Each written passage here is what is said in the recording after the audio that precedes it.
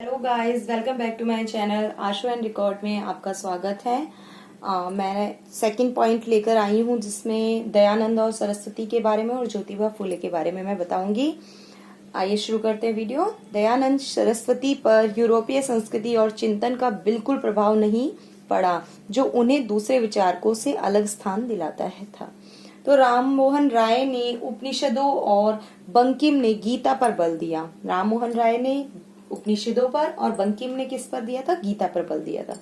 जबकि दयानंद सरस्वती ने राष्ट्रवादी प्रतिक्रिया को व्यक्त कर वेदों से प्रेरणा ली। तो जो सरस्वती दयानंद थे उन्होंने कहां से प्रेरणा ली? वेदों से। तो वो यही कहते हैं कि दयानंद सरस्वती पर यूरोपीय संस्कृति का कोई भी प्रभाव नहीं पड़ा, ना ही उन्होंने चिंतन किया। क्यों? क्योंकि वह सभी इन्हीं विचारों से वो सबसे अलग विचारक थे। उन पे किसी भी चीज का प्रभाव क्यों नहीं पड़ा वो आपको नेक्स्ट पॉइंट में पता चलेगा। आगे के पॉइंट में वे एक मजबूत हिंदू समाज का निर्माण चाहते थे और अपने पूर्ण राष्ट्रवादियों से दो प्रकार से बिल्कुल अलग थे।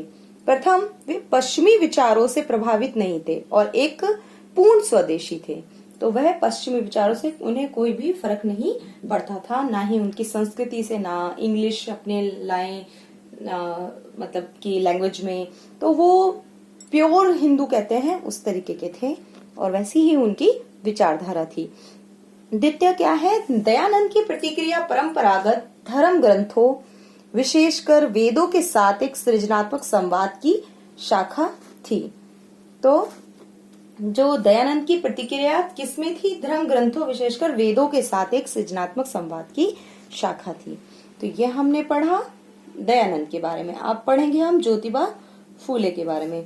तो ज्योतिबा फूले भी दयानंद सरस्वती की भांति एक सामाजिक संगठन बनाने की इच्छा रखते थे।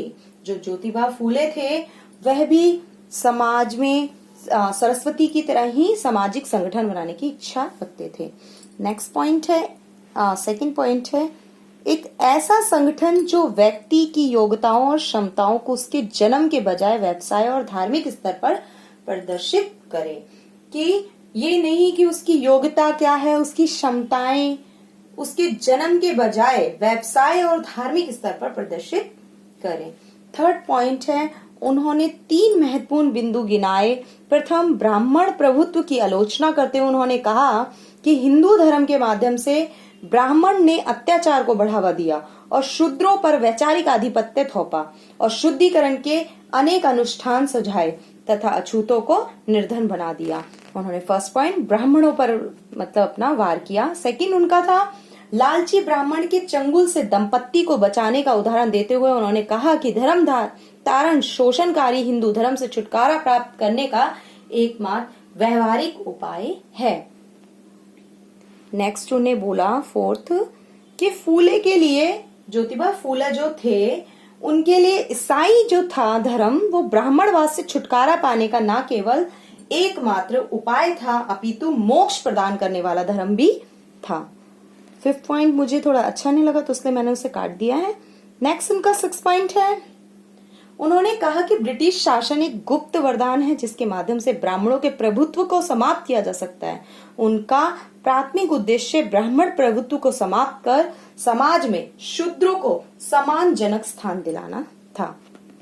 सेवन पॉइंट है, महिला साक्षरता पर बल देते उन्होंने 1842 में कन्या विद्यालय स्थापित किया। तो ये ज्योतिबा फूले थे जिनके विचार थे ये इम्पोर्टेंट है। ज्योतिबा फूले के काफी बार पूछे गए हैं। Thank you for watching. Please like करें, शेयर करें, ज्यादा से ज्यादा कमेंट करें।